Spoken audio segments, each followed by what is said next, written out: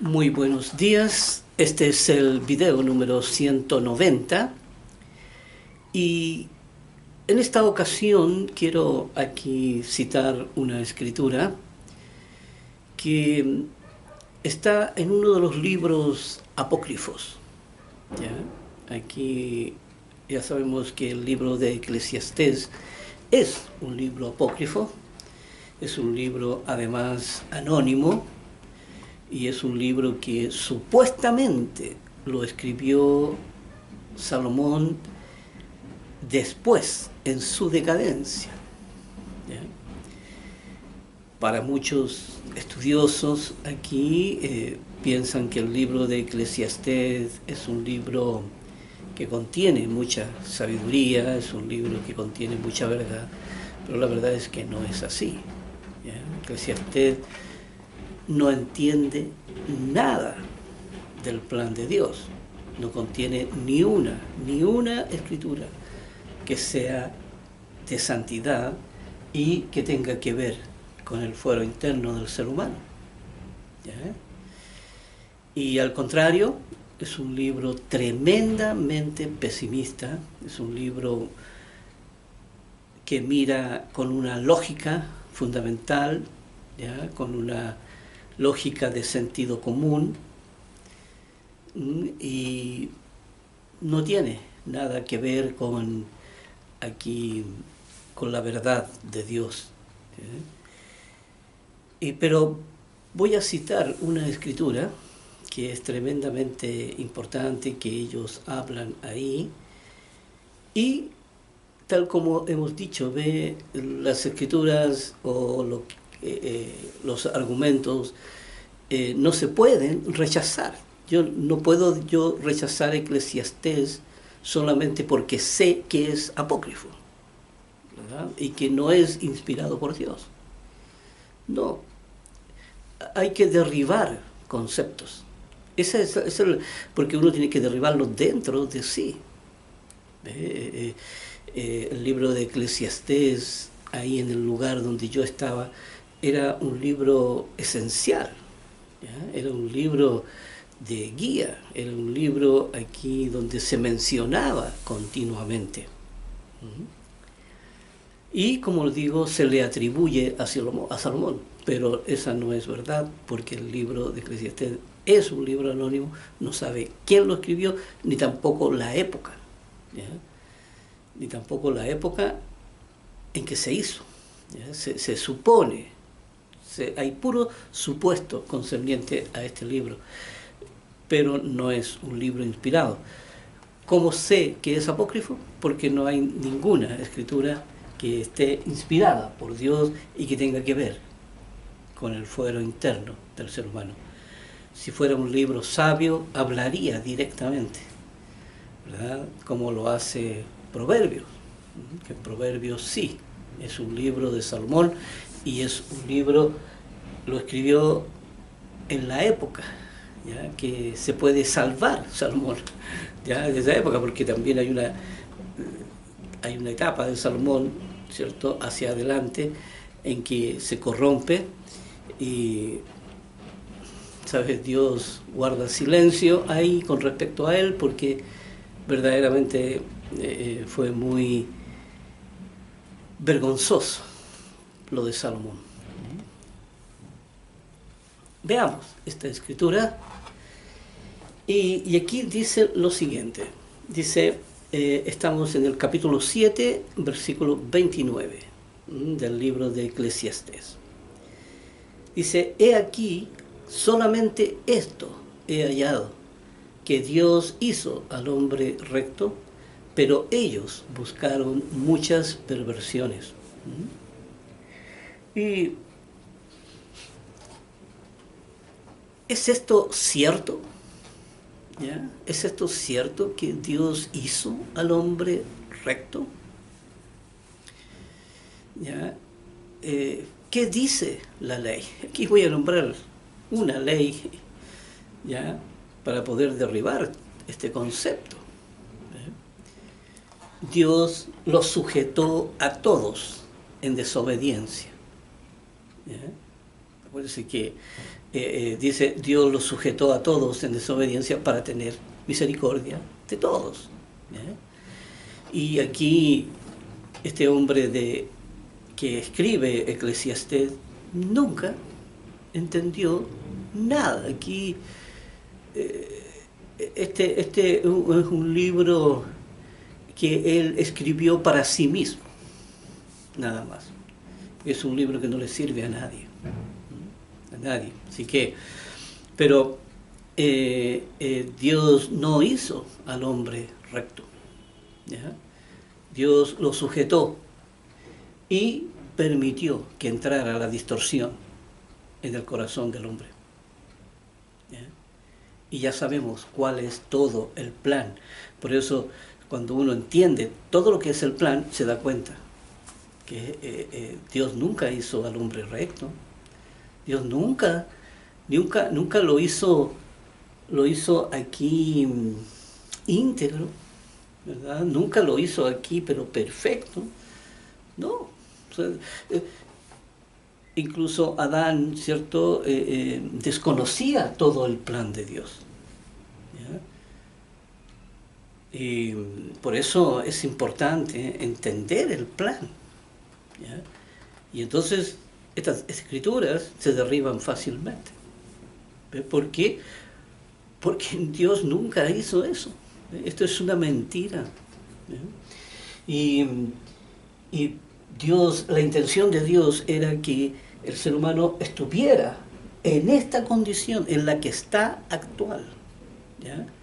Para que éste entonces tomara la decisión por medio de la cuota de conciencia que tenía, que Dios le había puesto ahí, para que a través de la ley de la fe buscara a Dios, saliera de su condición distorsionada en la que está, y entonces la razón edificara su propia santidad.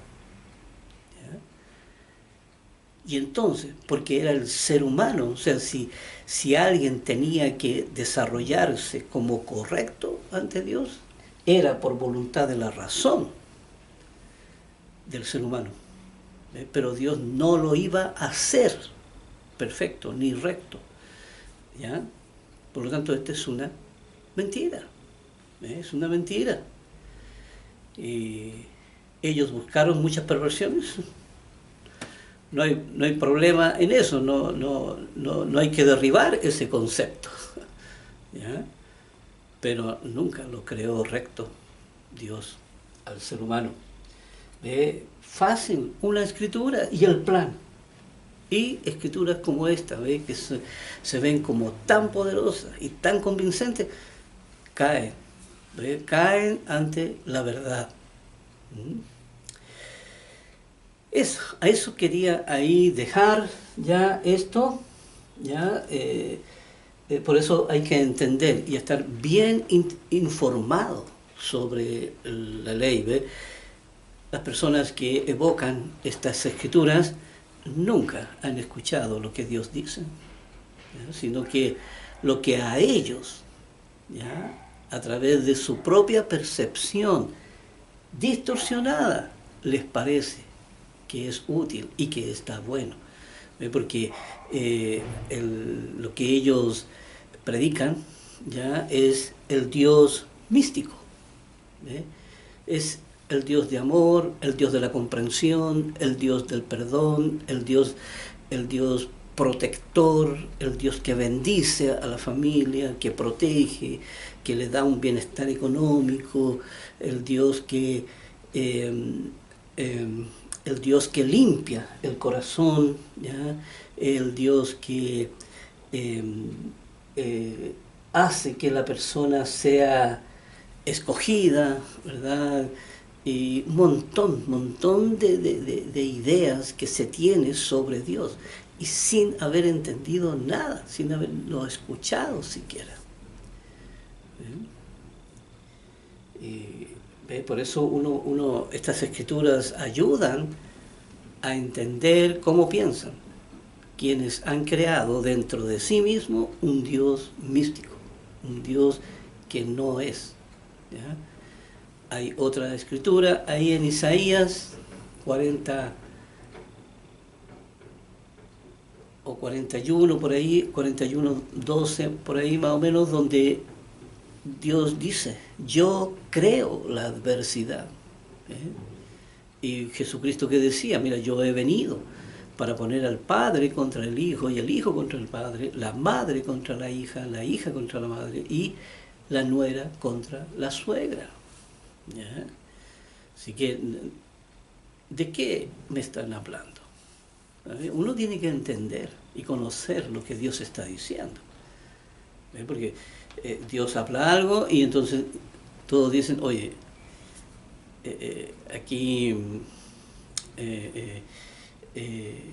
aquí creemos esto nosotros, ¿verdad? Y siempre tratan ¿sabe?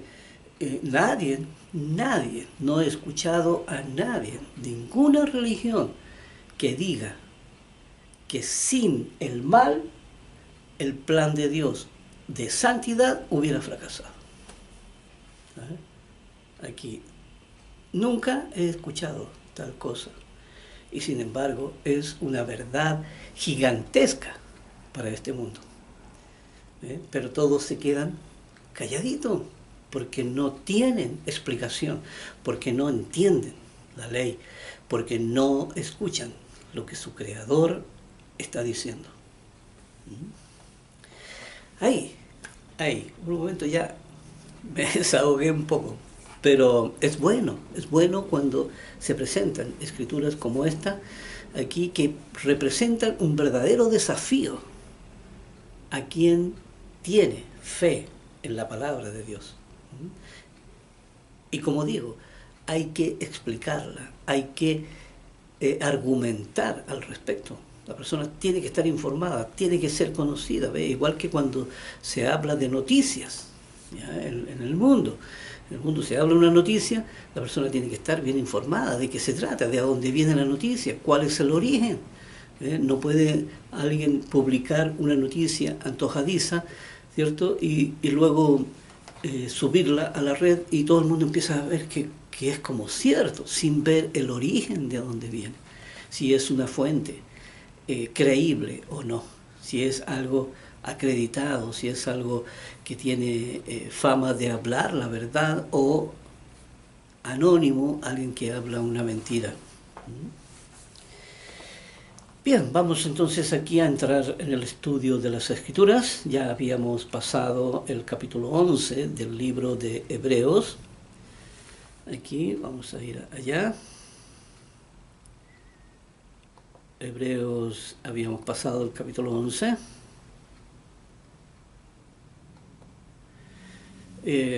Aquí no cité más escrituras del capítulo 11 porque ya sabemos que no es el capítulo de la fe y es un capítulo que no explica básicamente nada, ¿ya?, de lo que es la fe, ¿ya? Y lo hemos trasladado, ¿cierto?, el verdadero sentido que tiene la fe y la verdadera explicación y todo, cómo funciona y todo, lo tiene ahí Gálatas 3. Ese es el verdadero capítulo de la fe, porque ahí sí se enseña y se explica qué es la fe. Así que, por tanto, todo lo demás que sale en el capítulo 11, ahí por la fe, ahí hace como un resumen histórico, ¿cierto? Personas que por la fe hicieron esto, otro, ¿verdad? Y todo lo que relata el Antiguo Testamento. Pero no dice lo que es verdaderamente la fe. Por lo tanto, lo puedo obviar, porque aquí nos estaríamos aburriendo, ¿cierto? Diciendo, bueno, miren, este personaje fue por la fe que hizo esto, este otro fue por la fe, este otro también por la fe. Es muy monótono el capítulo 11. Pero aquí el capítulo 12 sí se pone interesante. Aquí el capítulo 12, aquí lo despierta a uno. Aquí lo despierta y entonces podemos aquí reflexionar y profundizar. Reflexionar también, ¿cierto? Aquí en el sentido de que cuando hay leyes, ¿ya? Cuando hay leyes que le desafían a uno a entenderlas. Entonces, ahí se pone interesante, ahí para mí se pone apasionante la escritura, porque ahí hay escrituras grandes, ahí Dios habla directamente. Y eso agradecemos a Dios todo eso porque sí mueve el espíritu, sí lo mueve a uno en su razón, aquí en su razón a uno lo estremece. Y por eso cuando me encuentro frente a escrituras gigantescas como esta, aquí me entusiasmo, ¿ya? Me entusiasmo mucho. Dice el versículo 1, dice, por tanto nosotros teniendo en derredor nuestro tan grande nube de testigos, hablando de todo lo que dice ahí en el capítulo 11, esta nube de testigos, aquí aparece que a ellos se les dijo, ¿ya? Aquí no podemos confundirnos, aquí creyendo que todas estas personas del Antiguo Testamento, ¿ya? Sin haber entendido lo que era la fe, ¿ya? Y sin haber pasado por el proceso de santificación, aquí van a resucitar en el mismo estado que resucitan los justos, ¿verdad? No, ya sabemos, por eso los hemos puesto a ellos en... Aquí hay 3 niveles, ¿cierto? Las primicias, los que son de Cristo en su venida, que son los justos, y luego este nivel del pueblo de Israel, ¿cierto? Que es resucitado, pero en la primera resurrección es resucitado, pero sin haber pasado este proceso. Nunca despertaron la razón, nunca hubo para ello el espíritu de la ley, nunca hubo para ellos un proceso de santidad, ¿ya? Así que no sabemos en qué condiciones o qué clase de personas van a ser. La Biblia no lo especifica, solamente, como dice aquí, teniendo a nuestro derredor tan grande nube de testigos, hablándole aquí entonces a los justos, dice, despojémonos de todo peso y del pecado que nos asedia. Aquí hablándole a los justos, dice, despojémonos de todo peso. Aquí cuando habla de peso ya sabemos lo pesado que es albergar la distorsión en el corazón de la persona. Ya sabemos la cantidad de problemas, ¿ya?, que se ocasionan en el mundo, y también aquí las enfermedades, las depresiones, los trastornos, un montón de cosas que produce la distorsión. Los problemas, estamos atestados de problemas. Por eso aquí habla de despojarse de todo eso y ya no continuar ese sistema de vida. Y dice, y del pecado que nos asedia, ya sabemos que está a todo nuestro alrededor. Y dice, y corramos con paciencia la carrera. Corramos con paciencia la carrera hacia la santidad, dice, que tenemos por delante. Que aún nos queda mucho por trabajar, que aún nos queda mucho por aprender de la ley. Dice, puesto los ojos en Jesús. He puesto los ojos ahí donde aquí en el mensaje. Dice, el autor y consumador de la fe. Él es el autor. Ahora, ¿por qué Él es el autor? ¿Cómo se explica esto? ¿Cómo lo hizo? ¿Ya? Aquí, porque Jesucristo no es que haya creado la fe una vez que Él vino a la tierra. No, no. Jesucristo vino a revelar la fe que Él había creado allá, en el origen. Ahí cuando estaba Dios el Padre y Dios el Hijo, ¿cierto? Cuando era el Dios y el Verbo, ya ahí cuando estaban ellos dos, entonces habían creado las leyes, la ley de la fe. Y esto la crearon, ya sabemos la historia, ya aquí la crearon cuando ellos vieron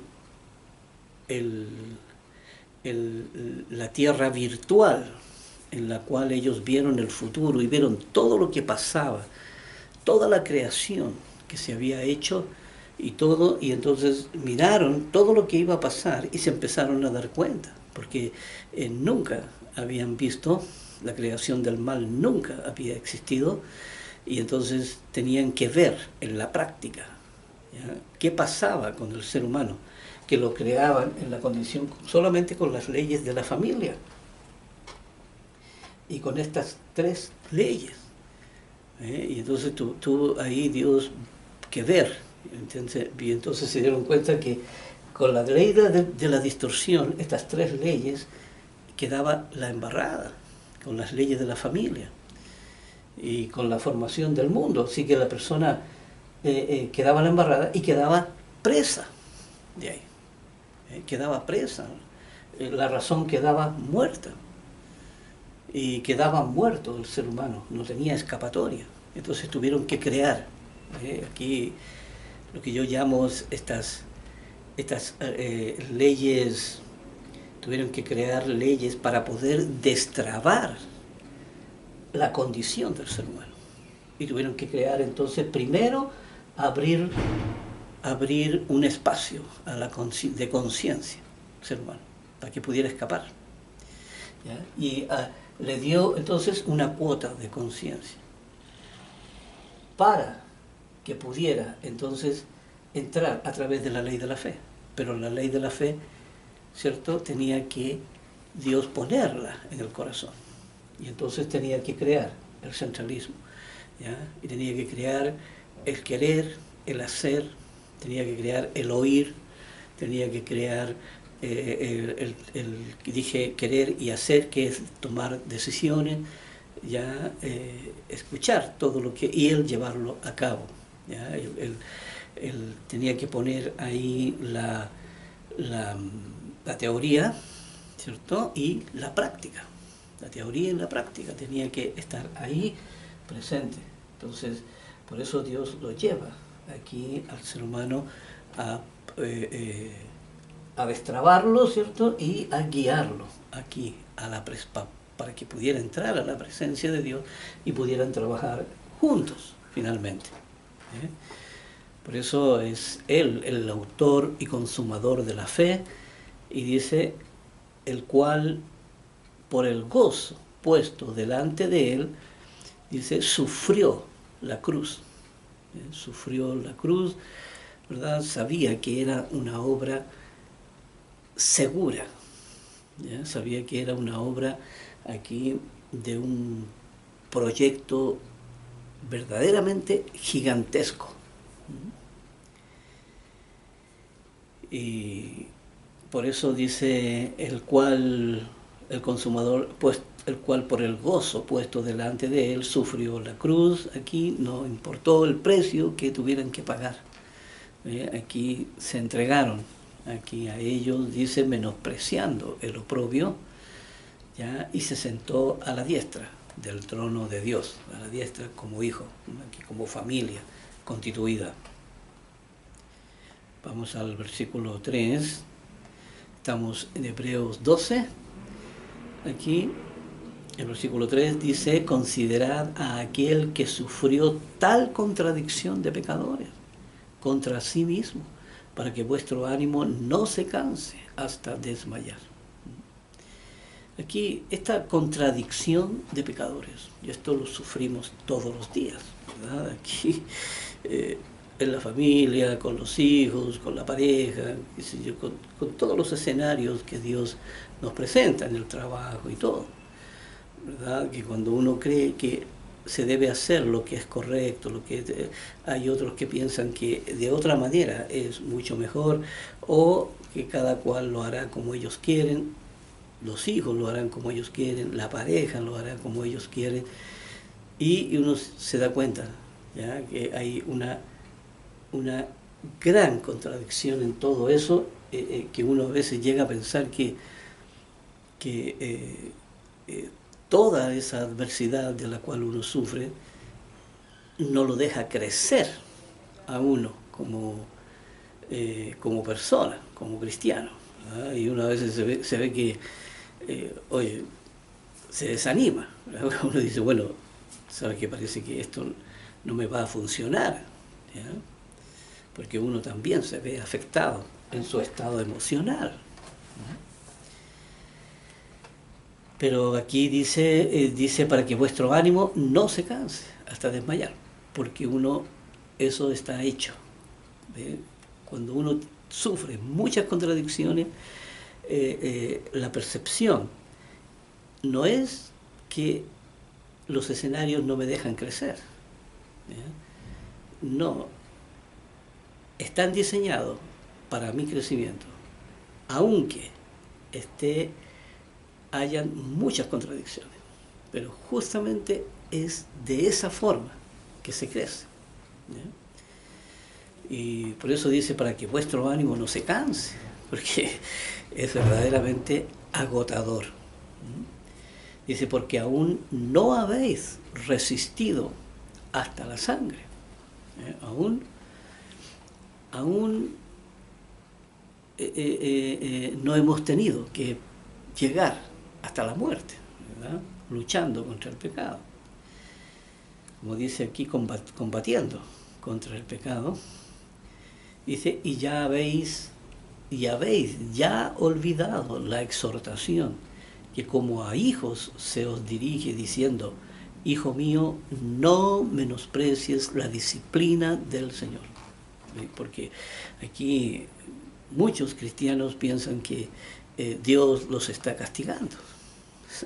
A veces entre los mismos cristianos hay tanta distorsión que a veces creen que Dios los está castigando, y en realidad Dios los está bendiciendo, ¿ya? Y no se dan cuenta que se necesita la adversidad, se necesita el mal para poder luchar contra él, porque si no está el mal, entonces ¿contra qué luchamos?, ¿verdad? Por eso aquí no menosprecies la disciplina del Señor, ni desmayes cuando eres reprendido por Él, ¿eh? Dice, porque el Señor al que ama disciplina. Aquí se corrige a la persona y dice al que ama. No es que Dios ame a alguno y no a los demás, no. Dios ama cuando la persona está cumpliendo con el gran propósito. Y dice, y azota a todo el que recibe por hijo. Aquí finalmente Dios está aquí trabajando en su gran plan maestro. Aquí el versículo 7, me parece que estamos en el capítulo 12 de Hebreos, dice, si soportáis la disciplina, ¿ya? Si la soportáis, ¿qué quiere decir?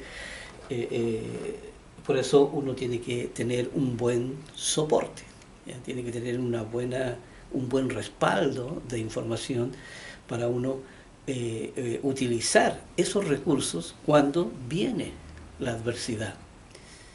Por eso dice, si soportáis la disciplina, uno está bien, tiene un buen soporte.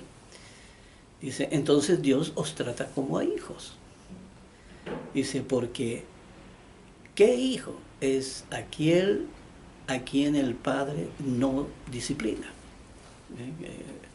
Aquí hablando del concepto de la familia. Sabemos que hay padres que quieren mucho a sus niños y los corrigen desde temprano. Son y también los corrigen con un buen ejemplo, porque aquí no se trata de andar, ¿cierto?, con la huasca detrás de ellos, ¿verdad?, con la varilla, y no, se trata de ser un buen ejemplo, ¿no?, para poder configurarse en ello. Acuérdense de la ley de la configuración, ¿no? Dice, pero si se os deja sin disciplina, ¿ya?, de la cual todos han sido participantes, dice, entonces, cuando dice todos hemos sido participantes, todos éramos indisciplinados cuando estábamos en el mundo. Dice, pero si se os deja sin disciplina, entonces sois bastardo y no hijos. Y la palabra bastardo quiere decir ahí que reniega de su origen, que es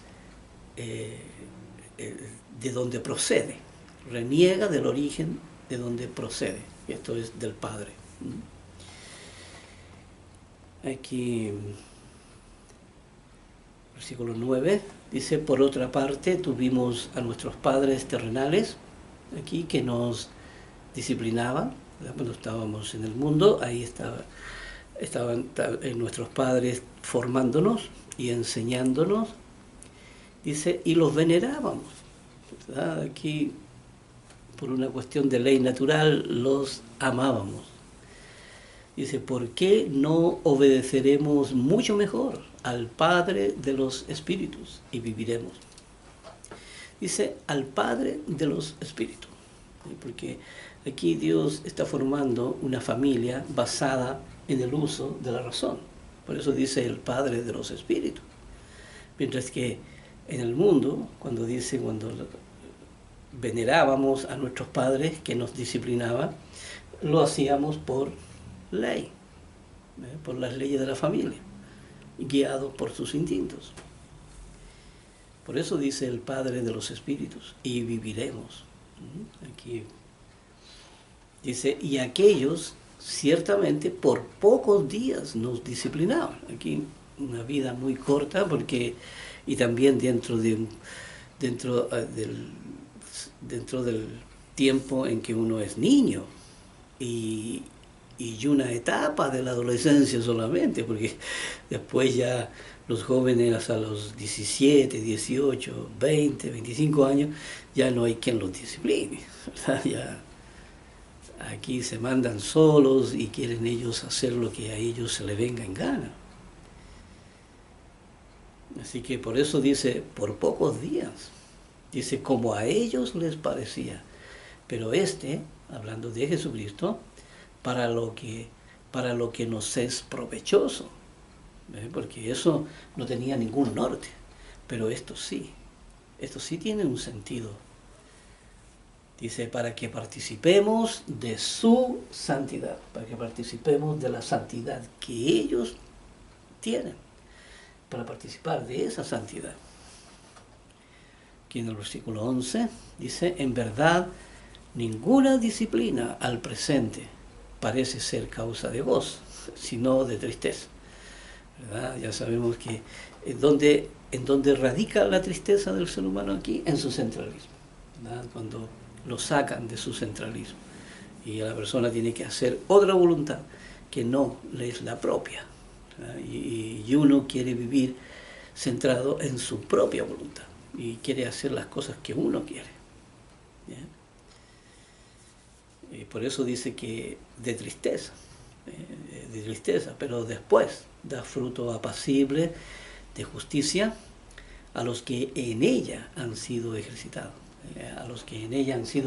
aquí ejercitada la razón y ejercitado en el mensaje, porque se necesita aquí ser práctico en esto. La teoría del espíritu de la razón necesita poner esta teoría en el corazón para que el instinto pueda entonces transformarlo en conducta. Dice aquí, y esto es lo que dice, a los que en ella han sido ejercitados. Este es un ejercicio permanente. Dice, por lo cual, levantad las manos caídas y las rodillas paralizadas. Aquí, levantad las manos caídas, ¿verdad? Porque aquí cuando estamos en el mundo estamos atados, como dice, atados de mano. No se puede hacer nada, ¿sabe? A veces los padres tienen que ver cómo los hijos se van del hogar y se van en forma soberbia, se van aquí en forma rebelde, ¿ya? Y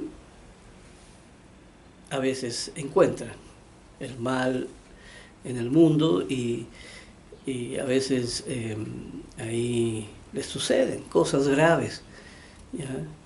Donde los padres finalmente sufren mucho por ello, porque no pudieron detenerlo, no pudieron frenar la impulsividad carnal que había en ellos. Versículo 13 dice, y haced sendas derechas para vuestros pies. Aquí un poquito me perdí. Las rodillas paralizadas, dice, y haced sendas derechas para vuestros pies, para que lo cojo no se salga del camino, sino que sea sanado. Finalmente, trabajar en este proceso de santidad. Aquí el versículo 14 dice, seguid la paz con todos. Aquí seguid la paz, ya hemos visto lo que significa este valor tan importante de la paz, que es el resultado de la reconciliación en el corazón. Dice, seguir con todo la paz, dice, y la santidad. ¿Ya? Y aquí hay una ley que también es una de las leyes fundamentales. Es una de las leyes fundamentales. Estas son leyes de base. Estas son las leyes, ¿cierto?, que forman parte del fundamento y son leyes tremendamente grandes, porque aquí dicen verdades que traspasan todos los límites de lo que conocemos, ¿ya?, de lo que se conoce en el mundo. Dice, seguir la paz con todos, dice, y la santidad, dice, sin la cual nadie verá al Señor. ¿Ve? ¿Ve? La persona tiene que llegar al proceso de santidad. ¿Ve? De lo contrario, no verá a Dios. Y en otras partes dice, la ira de Dios está sobre él. ¿Ya? Así que ve la persona la única posibilidad de escaparse de este mundo y la única posibilidad de salvarse de todo el mal es aquí, en el proceso hacia la santidad. Es el único camino. ¿Ya? No hay otros caminos, otras alternativas en la sociedad que conocemos. No hay otra manera de escaparse, sino que la persona está condenada aquí a continuar con el mal en su corazón.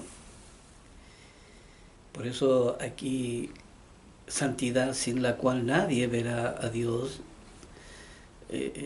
no sé en qué piensan, ¿ya?, o no escuchan lo que Dios está diciendo, de que no hay otra oportunidad, como muchos creen, ¿ya?, que piensan que en la segunda resurrección, ahí entonces la gente va a tener, todos van a tener oportunidad de limpiar el corazón. Y eso es una vulgar mentira, porque aquí la persona se va de esta vida y va con su corazón corrompido, va con su corazón muerto, va con su corazón ahí en ausencia de vida. No hizo nada, al contrario, permaneció distorsionado toda la vida. ¿Cómo? ¿Cómo sana usted un corazón así? ¿Verdad? No hay. La sangre de Jesucristo solamente era desde la primera venida hasta la segunda. Y ahí se acaba todo. Dice, mirad bien, ¿ya? Dice, mirad bien, no sea que alguno deje de alcanzar la gracia de Dios, que brotando alguna raíz de amargura os estorbe y por ella muchos sean contaminados.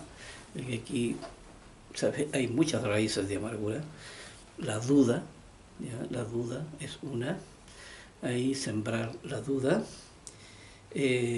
también el desánimo, los estados de ánimo de la persona, también esta forma de no entender los escenarios y creer que Dios lo está castigando a uno.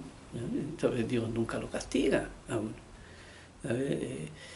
Cuando Dios dice azota a todo aquel que toma por hijo, no es literal, es subjetivo, porque la verdad es que frente a lo que uno cree que es adversidad, en la realidad es que es una bendición.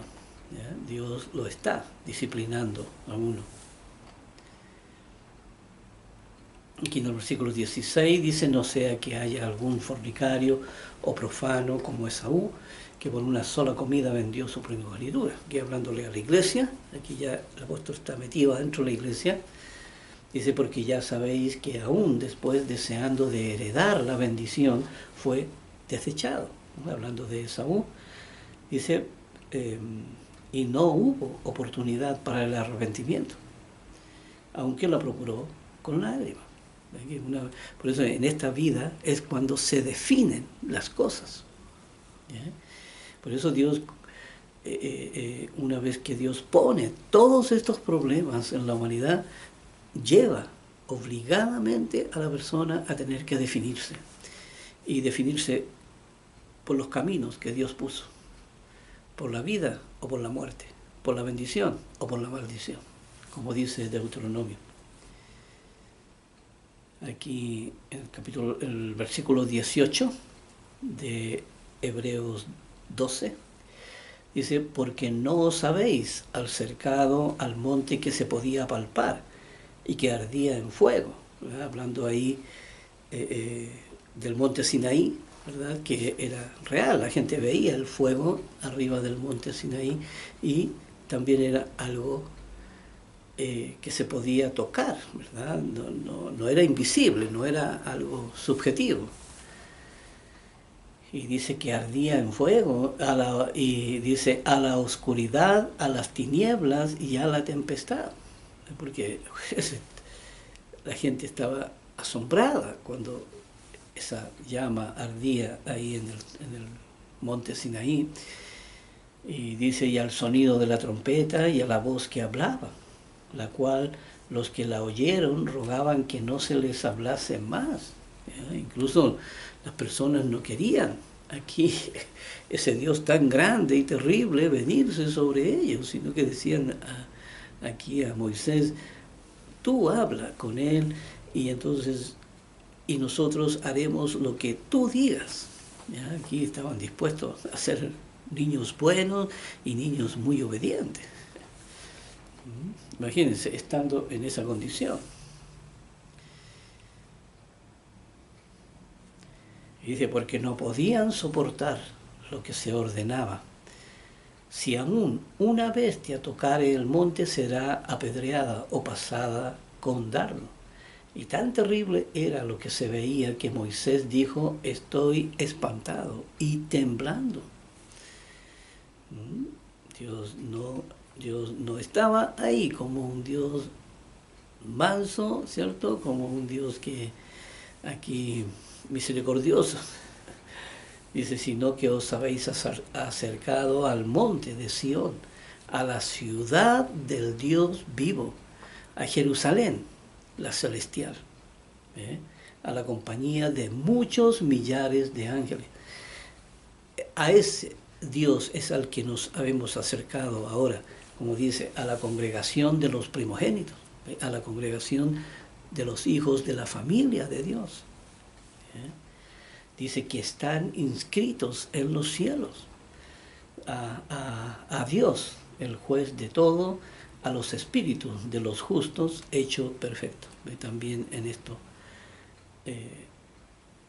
también los incluye en esto. Aquí en el versículo 24, dice: a Jesús, el mediador del nuevo pacto, y a la sangre rociada que habla mejor que la de Abel, ¿verdad? Aquí la sangre de Jesucristo no se podía comparar ¿verdad? Con todos los personajes que habían en el Antiguo Testamento y con todos los sacrificios que hacían. Dice, mirad que no desechéis al que habla. Hablando de aquí, de que está hablando Dios. Dice, porque si no escaparon aquellos que desecharon al que los amonestaba en la tierra, mucho menos nosotros, si desecháremos al que amonesta desde los cielos.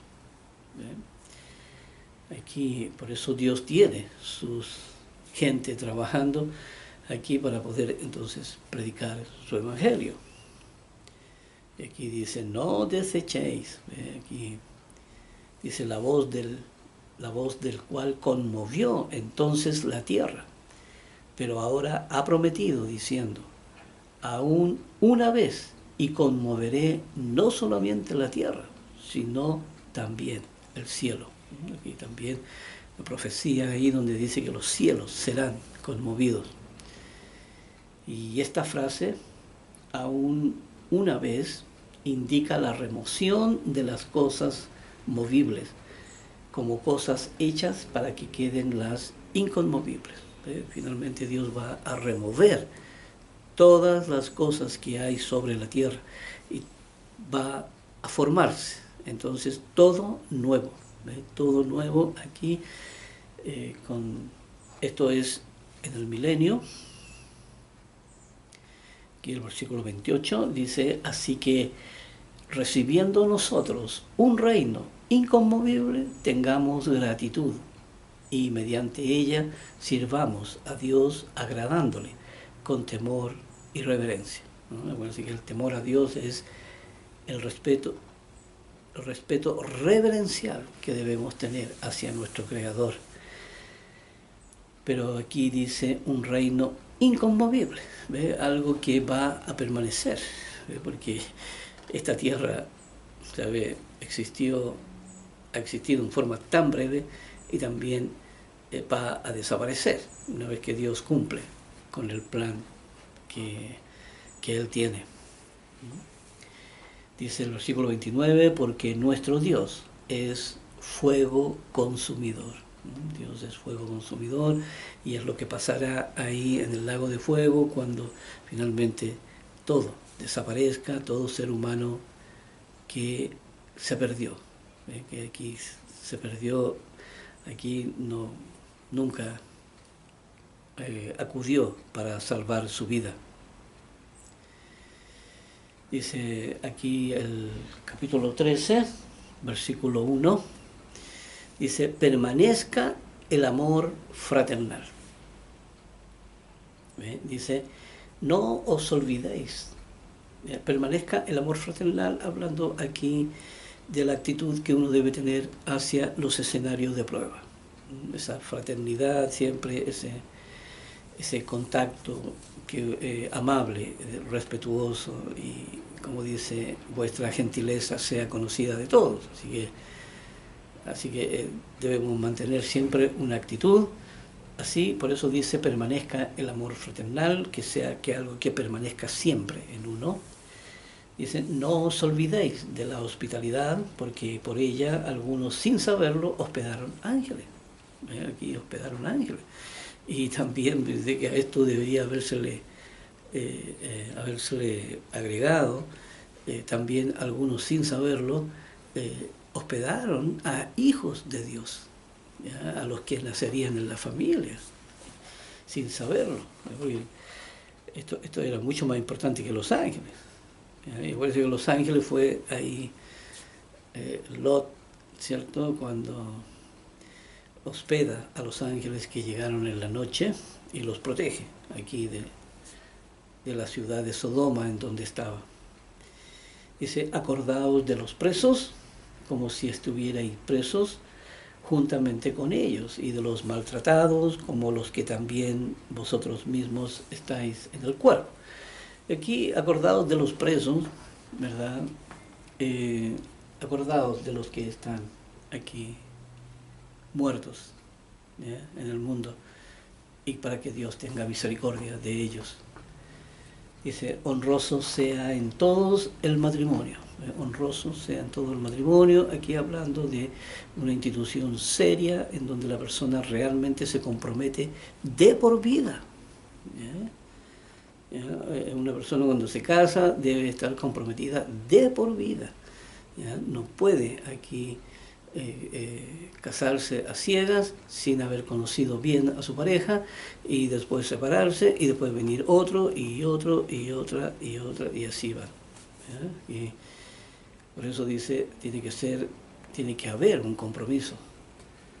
Aquí, por eso dice, honroso sea en todos el matrimonio y el lecho sin mancilla, sin tener aquí que ser desleal o infiel con su pareja. Dice, pero a los fornicarios y a los adúlteros los juzgará Dios.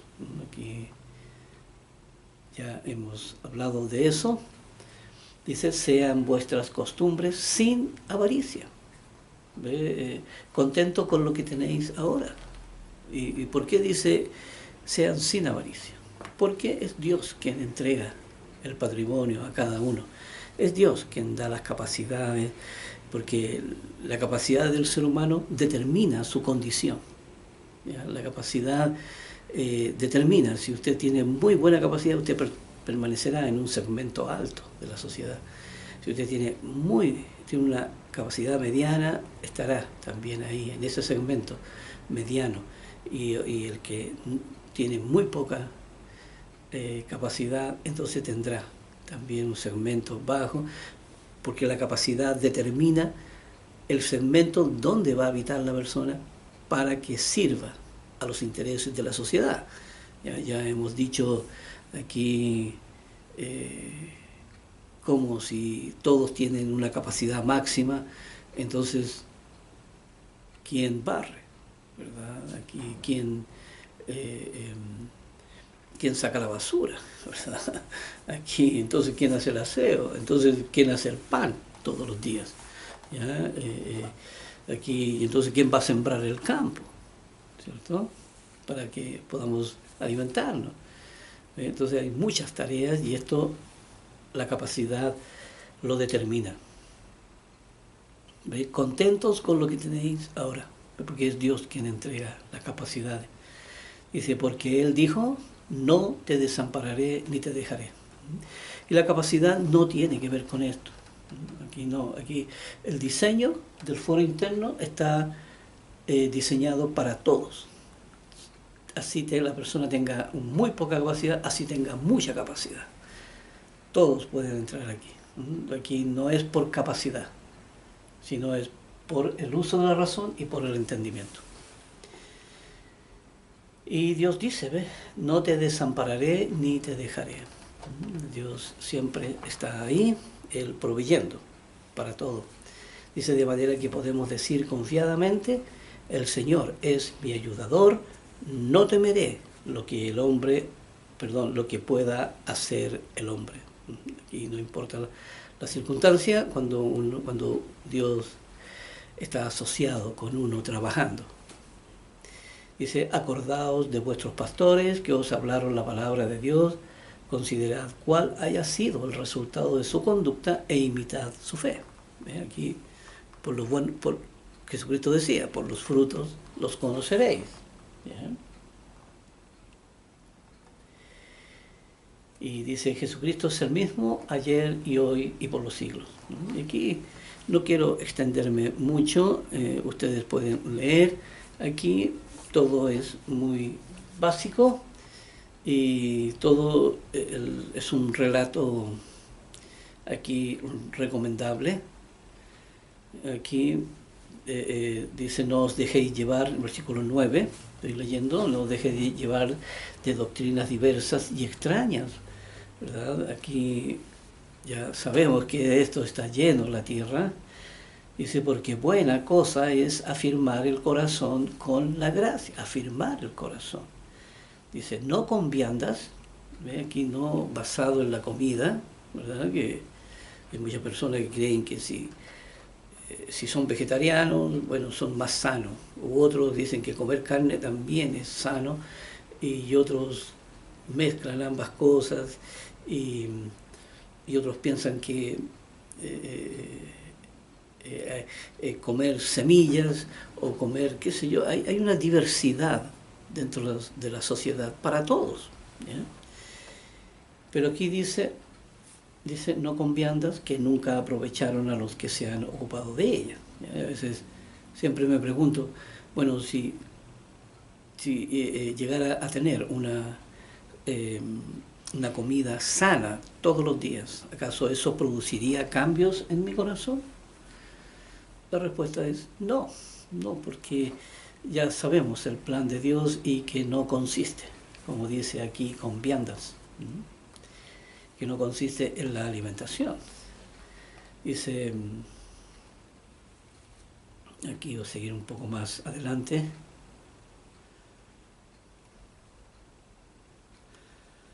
Sí, lo demás tiene que ver, aquí el apóstol termina aquí el capítulo hablando aquí del tabernáculo de reunión, ¿cierto? Aquí y de la forma en que Jesucristo padeció, ¿verdad? Y tenía que salir a padecer fuera del campamento, no podía permanecer ahí dentro del pueblo. Y así entonces terminamos este capítulo 13 y terminamos el libro, aquí el libro de los Hebreos. Ustedes, les recomiendo que lean este capítulo 13, que lo terminen, ¿ya? No es tan difícil de entender. Así que ahí entonces vamos aquí a ver el libro de Santiago, ¿ya? El libro del apóstol Santiago. Es un libro aquí lleno de un entendimiento que es diferente, la forma de mirar que tiene Santiago con respecto al apóstol Pablo, pero muy y tanto provechoso como lo es los escritos del apóstol Pablo. Así que vamos aquí a hacer una introducción solamente, aquí el capítulo 1, ya en el versículo 1 dice: Santiago, siervo de Dios y del Señor Jesucristo, a las 12 tribus que están en la dispersión, salud. ¿Ya? Y aquí dice a los que están en la dispersión, que eran los que, acuérdense que el pueblo de Israel había estado cautivo en Babilonia, y después que terminó el reinado ahí de los últimos reyes en Babilonia, entonces el pueblo tuvo la libertad para irse y emigraron, ¿ya? Y una gran cantidad del pueblo de Judá quedó en Israel, volvió a Israel, y la cantidad grande del pueblo de Israel se fueron a Europa.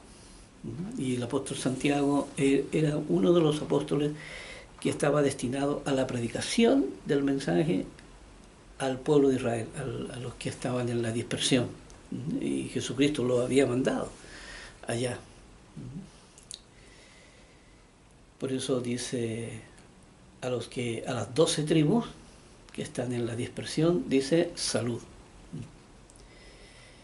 Aquí ya el tiempo nos va pillando, así que vamos a dejarlo hasta ahí por ahora, pero el libro de Santiago es un libro muy importante y muy interesante. Así que Dios mediante nos estamos viendo en el próximo video.